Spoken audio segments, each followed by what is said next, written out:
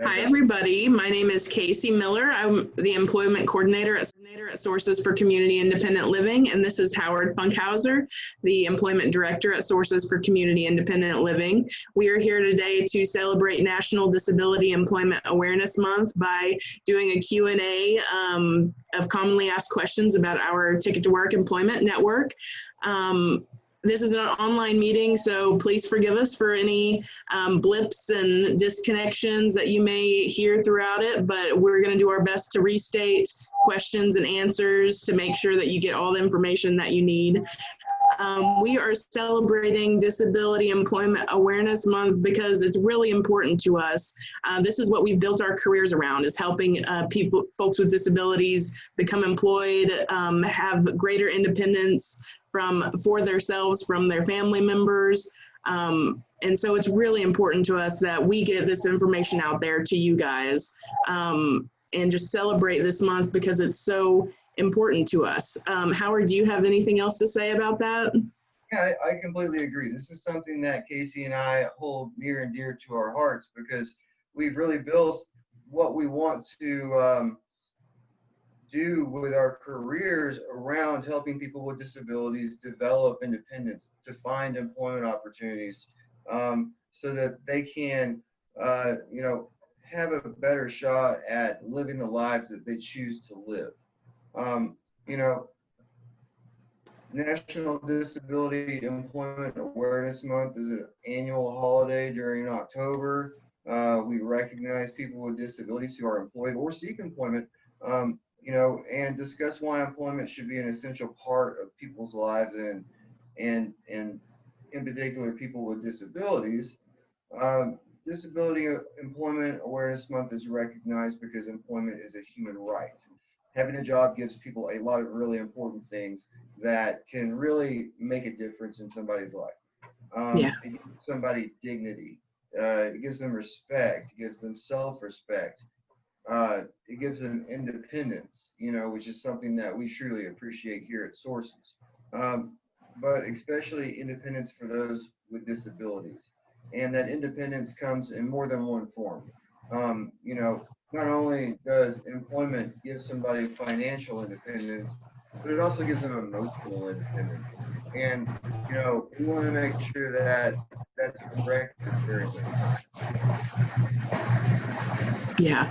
So can you tell the listeners a little bit more about the Americans with Disabilities Act and how it protects individuals with disabilities in returning to work? Sure. I'd like to start this off by reading some remarks that the president that signed this law, George Bush, back in 1990. And he made some remarks in front of about 3,000 people on the White House lawn. And so just to kind of show you the scale of how important this law is to help people, and the milestone, the benchmark that it created in helping people with disabilities achieve their employment goals. So I'm gonna quickly read some remarks here off some notes, and let you know what the president thought at the time when the law was signed. So 3 weeks ago, we celebrated our nation's Independence Day. Today, we're here to rejoice and celebrate another Independence Day, one that is long overdue. With today's signing of the landmark Americans for Disabilities Act, every man, woman, and child with a disability can now pass through once closed doors into a bright new era of equality, independence, and freedom. Again, that was signed. Those were remarks at the signing of the ADA, July 26, 1990. So the ADA provides a lot of opportunities for people with disabilities, and we make sure that people are aware of those opportunities afforded by that law, roles, responsibilities, different things that the ADA have in somebody's employment future. We want to make sure that people understand this event represented an historical benchmark and a milestone in America's commitment to full and equal opportunity for all of its citizens. and that we also have to understand that there's still a lot of work to do for Americans with disabilities to have equal opportunities. And that's where kind of we come in as an agency, as individuals with our employment network, to make sure that they are utilizing every tool in the toolbox to achieve those employment goals. So can you tell us more about Sources and what we do here to make sure that the ADA is followed, to make sure that our folks get the jobs that they want? Just tell us a little bit more about Sources. Sure. Sources is a private nonprofit organization. We're recognized by the federal government as a Center for Independent Living. Now, as a Center for Independent Living, we have 5 core goals that we serve, in order to meet those requirements to be what's called a Center for Independent Living. Right now, I'm going to go over a few of them briefly, but I'd like you to understand that each one of these core services have something to do with how we work as an employment network. For example, advocacy. If somebody needs assistance requesting an accommodation so that they can perform their job, we don't mind acting as advocates with the network of employers that we work with, which is a very large network. Peer support. We have what's something called Job Club, where we have more than one person who's seeking employment come in, and we share stories. We talk about the difficulties people might have had, but we also talk about strategy. We talk about ways that people can achieve employment, and sometimes that might be how to answer an interview question, or this has been successful for me in the past, you should try it, or this was not successful for me in the past, so maybe you should avoid answering a question this way. But that's also part of the information or referral. We're transmitting information. We're making referrals to other agencies. We work in transition, trying to keep people from being institutionalized or who are at risk, or de-institutionalizing people that shouldn't be there. But we also work with school to work transition, which would be more pertinent to our employment network. Our school to work transition programs work with schools. They work with state agencies. They work with federal agencies, and we do everything we can to make sure that students who are graduating high school, for example, are ready to go into a post-secondary program, or ready to go into work, and they understand that process, and try to fill in some of those, those informative pieces about going to work that they might find useful, that will improve their chances of achieving employment. That was great. I really appreciate you going into detail about all the things that we do in our employment network. Even though today we're just going to focus on the education and training portion of it for Disability Employment Awareness Month, but we do a whole lot more than just our employment network. And our employment network utilizes those core services to offer a lot more than Ticket to Work alone offers. So I'd like to go on and just let our listeners know that individuals with disabilities in Arkansas, unemployment rate is 60 to 69%. Can you tell us what Sources Employment Network's role in changing and lowering that number is? That's a really long answer. So before I get into it, I do want to go ahead and mention a good way to get a hold of us so that you can ask more questions about this. Our phone number is 442-5600, and you can ask for Casey Miller or Howard Funkhouser, or you can go to our webpage at www.arsources.org. Now, again, we once you get in touch with us, we can help you find the answers you're looking for, get referred to the agency that can best help you, and like that. It just depends on what you're most comfortable doing. But back to your question, that's a stark number. 60 to 69% unemployment rate for people with disabilities. And we know that people with disabilities do have opportunities to work here in the state. So, you know, um, how do we make changes to that? How do we help people who want to work?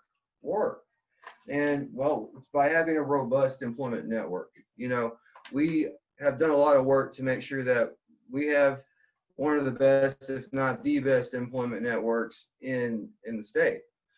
We serve typically, you know, Northwest Arkansas, but also the whole state. You know, it doesn't stop there. In fact, you know, we start, like, for instance, having a large network of employers that we work with all the time, you know, local, national, global. We go to annual conferences to meet with human resources professionals. We make sure that we know what we're talking about by talking to the people who are actually hiring people. You know, we know what an employer might ask you during an interview and what kind of answer they might expect. We know how you can express your qualifications to an employer that will impress them. And so, you know, that's, again, that's part of having a robust employment network. But there's other things that we do, you know, the resumes that we write, for instance, go back to that network. We know what employers are looking for on resumes. When it comes, I mentioned interviews, you know, we know basically what kind of questions they're going to ask you and what kind of answers they want to hear back. You know, I remember anything, you know, oh yeah, understanding how work, you know, might impact your benefits. Casey and I are very, very versed in how work can affect somebody's benefits. But, you know, we do have a team of experts that work here in Arkansas. They work closely with us and sources and other agencies in the area. And they are really experts in not only helping you understand how work might impact your benefits if it impacts them at all, but there are also incentives that are out there for you to use so that, you know, your benefits might increase. You might be able to find a way to start your own business. You might find a way to, you know, dare say it, you know, I've seen someone get a vehicle through one of these work incentives before. And, you know, right now things are a little more difficult to work with when it comes to getting some of those larger ticket products, of course. But we can also help you understand how to get in touch with those people and how to best talk to them about how, you know, your work is going to be impacting your benefits if and when they do. That was a great answer. So I just want to reiterate, if anybody watching this has any questions about our employment network or how work affects your benefits, if you want to get connected with one of those work incentive counselors, please don't hesitate to give Howard or I a call at 479-442-5600, or you can visit www.arsources, that's ARSOURCES.org.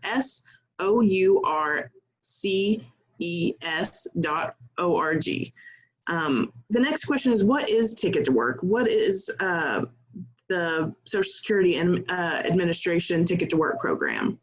Well, you know, what it is we have an agreement with Social Security to provide the services that I've been talking about to people with disabilities. And part of that is having an agreement with anyone that we work with, an individualized work agreement, you know, for their work goals. We work with individuals. We talk to them about their interests. We talk to them about, you know, their education, their work background, things like that, and develop a short-term goal and a long-term goal. And again, those things are highly individualized, you know, so they're built around what a person is looking for in their particular employment. So we want to make sure that people have, you know, a good understanding that this is something that's really individualized for anybody that works for us. You know, you're going to be somebody that is going to be able to have a specialized plan for you and just for you. You know, it's not something that we just do exactly the same for everybody. We're very, you know, very individualized. I said it again, uh, you know, I really want to get that point across because I think it's really important for people to understand that, you know, you're treated as an individual here. And, you know, we work really hard to make sure that the goals that we agree on and Ticket to Work itself, there's like a 2 or 3 page contract that has the short term, the long goal, and what the rights and responsibilities of that person are. What, for example, one of those rights includes the right just to walk away and go to another agency if you wanted to do that. That's in there. You know, you're under no obligation if you decide to engage in the Ticket to Work program with our employment network. And that's part of our agreement with Social Security. So what it is a plan that has been implemented and asked agencies like ours to enter into agreements to provide these highly individualized plans to help people achieve employment. Can you tell us a little bit more about the Ticket to Work process? And if somebody's interested, how do they sign up for it? You know, again, this is where you would want to give us a call first so we could talk to you and make sure that we're the right agency to help you. You know, if we determine that that's true, we would meet with you. I can mail things to you. I can fax things to you. There's so many different ways to get information around these days and get people in touch with employers in our networks that we'll do what's best for you. I think it's important to understand that, you know, it's just a really quick 2 or 3 page process where you know, work with us to set that long-term and short-term goal. How much do you expect to get paid for that? It's important to understand that the intent of the Ticket to Work program is to help people get off of their benefits indefinitely or as long as they can. We understand that people, you know, have disabilities that might reappear sometime later on, and they may need to get back on those benefits. And we can work together with the, you know, the state's benefits experts who I think next week are going to have a Ask an Expert, you know, cast much like ours, where you can talk to them about how you'd like to, you know, or get back on benefits, for example, if your disability comes back. What is that process called? It's called an expedited reinstatement. But you know, I think it's important to know that us as an employment network can work with, you know, the experts that are going to be giving a Q&A next week. You know, that they're able to, or that we are in contact with them. We're going to make sure that you're in contact with them and that we've worked with them long enough, and over 15 years in my case, to be able to help you kind of know what to expect. So, you know, there's no surprises. You know, we don't want anyone to get surprised by that. So if anybody is listening, would like more information about Ticket to Work, please don't hesitate to call Howard or me at 479-442-5600. Howard, can you tell us who is a good fit for the Ticket to Work program? Well, anyone that is on benefits, state or federal, like SSI, SSDI, is a good fit for the Ticket to Work program because they're seeking employment, they're seeking a greater level of independence. And you know, there are experts here to help you do that. You know, so I think that anybody, you know, whether you're aware of it or not, you have something called a Ticket to Work. And we don't have to have a paper copy of that Ticket to Work. You know, we do just about everything electronically these days. So, you know, we don't need that Ticket to Work that gets mailed to you when you first get on disability nowadays. But if you have a disability and you're on those benefits, you likely have a Ticket to Work. You know, I can with almost complete certainty say you have a Ticket to Work. and you can utilize that ticket to work with us at our employment network at Sources, or you can use it, with another agency. I think, there's some different ways in that you could use that ticket to work.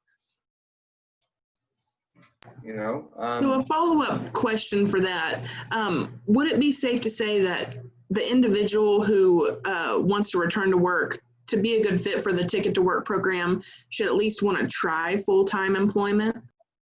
Yeah, for a short-term goal, part-time employment is something that we can do.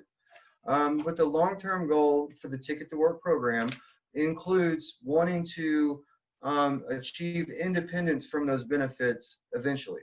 They give us, several years to meet that goal. And, in the end, the best fit for that, going back to that other question, is somebody who wants to eventually achieve complete independence from those benefits. One thing I do want to mention, though, is that even if you do achieve independence from those cash benefits, those monthly payments, there are laws in place for you to keep your health care. And so that you don't have to worry about an expensive private health care plan necessarily. That's something that we would work with our local experts with. And it's something that I know quite a bit about. And I would look at each case individually. There's something called the 1619B law, for example, which allows people with Medicaid to go to work and not lose their Medicaid, even if they're working. So as long as you're, working towards your goals, as long as you, have a disability, these laws protect you. And the Ticket to Work program offers its own protections as well. It used to be going to work might trigger a financial review, or I'm sorry, a disability review for financial reasons.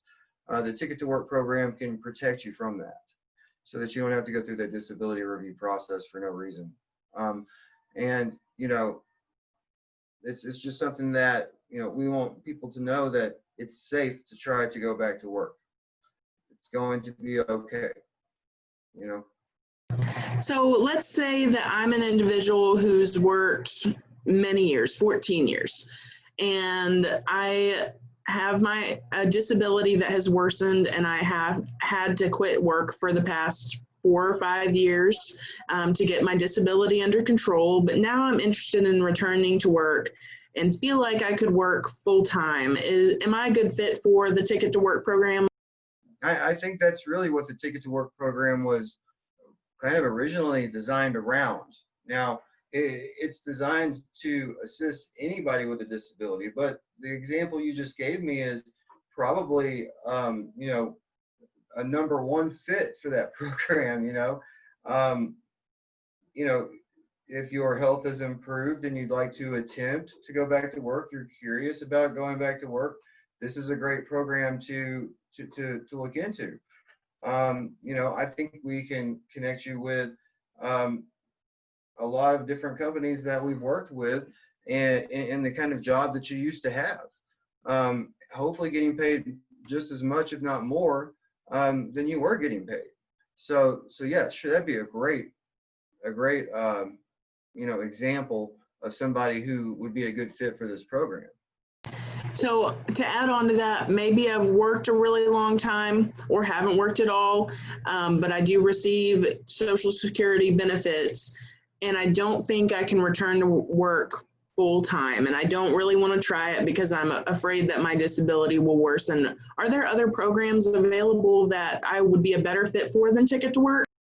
Sure, and we'd be glad to help you get in touch with those programs. One example, for example, is Arkansas Rehab Services, and they provide lots of different services, and they have programs where they can, they probably would have you work with an agency similar to ours, if not ours, to achieve part-time work using your employment, your Ticket to Work there, because they are also technically an employment network. But their rules are a little bit different because they're a state-based program. and we're a private nonprofit, so it's a little bit different. And so that might be a better fit for you. Or if you're looking for post-secondary education, say you want to go to college, say you want to become a welder or a plumber or an electrician, they might be a better fit for you to use your ticket to work over there. And we're going to work closely with them to make sure that you still achieve the employment goal that you want to achieve. But we might be working in tandem with them instead of just working with our agency alone. But again, I think it just shows the level of teamwork that this community has that I don't think a lot of communities share. Uh, this is an area where you're going to have access to a lot of other services that I think some places might not have. I definitely agree that we work really well with the other agencies in this area. And I realize to listeners, all this can be very confusing. Separating what program is going to be a good fit for them. So I just want to add that if you are curious about work in any way, but you have no clue where to start, have no clue which program would be a great fit, please give Howard or I a call at 479-442-5600 because we can help answer any questions that you may have. We can get information to what you kind of would like to try out, and we can refer you to the proper program, or maybe you're a good fit for ours. So we are here as, a bridge to other services as well, not just our employment network. We just want to answer your questions. We want to get you to where you can meet the goals that you have for yourself. So again, 479-442-5600 and ask for Howard Funkhouser or myself, Casey Miller. Or visit our website, www.arsources.org. And our email should be at the very beginning and the end of this presentation or this Q&A. So feel free to reach out to us that way as well. We already talked about the other programs that were available, Arkansas Rehab Services being a big one.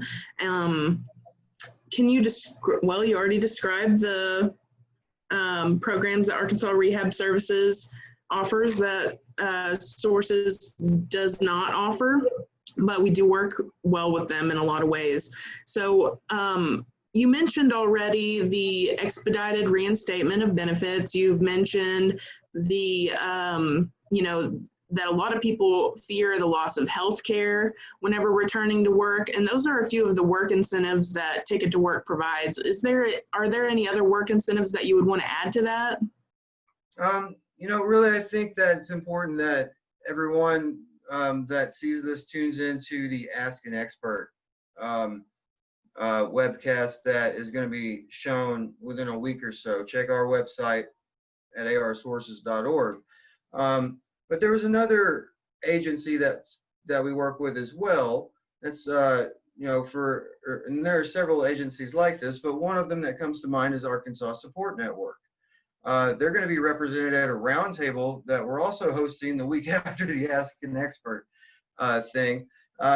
So if you need a coach to go back to work and help you learn how to do that job and then back off and let you work at that job independently, we want to make sure that we refer you to that agency. We want to make sure that you get to the place that you need to be.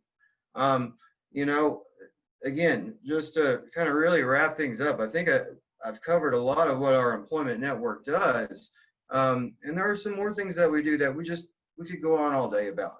But, we are going to have our experts do a webcast as well. And we're going to hold a roundtable with some of these other agencies that we've mentioned and let them give a better explanation of what they do and how we work together and demonstrate some of the ways that we act as a team. And I think that, I really want to encourage all of the viewers that caught this morning to watch that. Again, I believe this is going to be archived on our website, so you'll be able to watch it anytime you want. And our information will be at the beginning and at the end of this particular segment, which is specifically about the Sources Employment Network. So if you have any interest in seeking employment, finding greater financial or emotional independence, working on any of those other things that employment can bring you, please call us and ask some questions about how do I find a job? What's the best agency for me? Because we're here to do that for you. I think that about wraps it up. I just want to thank everybody for tuning in today to celebrate Disability Employment Awareness Month with us. And Howard, thank you for doing such a great job at answering these commonly asked questions. I think that people will be really interested in this information. And I just want to remind everybody that for more information, or if you need something that we talked about today elaborated, please don't hesitate to call us. We love talking to people. We love answering questions about this stuff. Like we said, we are very passionate about this. And don't be afraid to call us for more information, because we have the information and we want to share it with you guys. So call us at 479-442-5600 and ask for Casey Miller or Howard Funkhouser. Yes, thank you, Casey. And there's a lot of bad information out there. We want to help correct that. There are a lot of myths that we want to bust, and we are excited to help get that done. So again, please give us a call at 442-5600 or arsources.org, and we hope to see you soon. Well, right. This was great. Bye, everybody. All right, I'll see you later, Casey. Yeah.